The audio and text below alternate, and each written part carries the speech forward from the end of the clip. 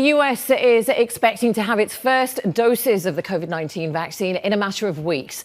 Health officials will be holding an emergency meeting next week to decide who is going to get it first.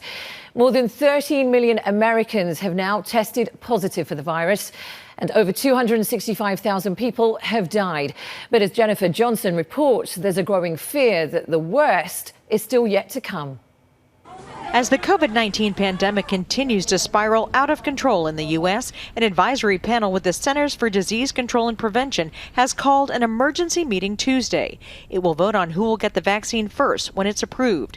Cedars-Sinai Hospital in Los Angeles has ultra-cold freezers ready for hundreds of thousands of doses. The vaccines are becoming available right at the time that we're experiencing another surge. So the nurses who commonly would be the ones to administer the vaccine are needed at the bedside to care for COVID patients. By next week, it's estimated a quarter of all U.S. hospitals will have staffing shortages.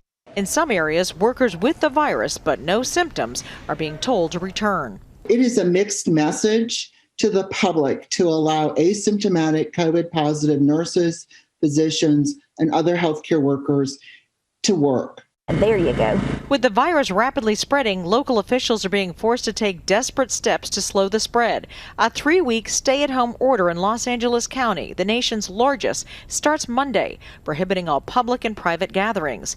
Deaths in the county have recently tripled. Just 2 weeks ago, we were looking at maybe 1,200 cases a day, and now we're at 4,700 cases a day. Doctors are begging people to stay home and stop socializing, a warning ignored by millions over the Thanksgiving holiday. We will not get a reprieve because then Christmas comes and then New Year comes. So if we're just stacking surge upon surge upon surge, I am significantly worried about that. Every day, well over 1,000 Americans die of COVID-19. Those who survive know how lucky they are. It's really frightening. I thought an asthma attack was frightening. It's expected healthcare workers and those living in long-term nursing home facilities will be the first to receive the vaccine. The Food and Drug Administration will meet with its advisors about the vaccine rollout plan December 10th. Jennifer Johnson, Global News, Washington.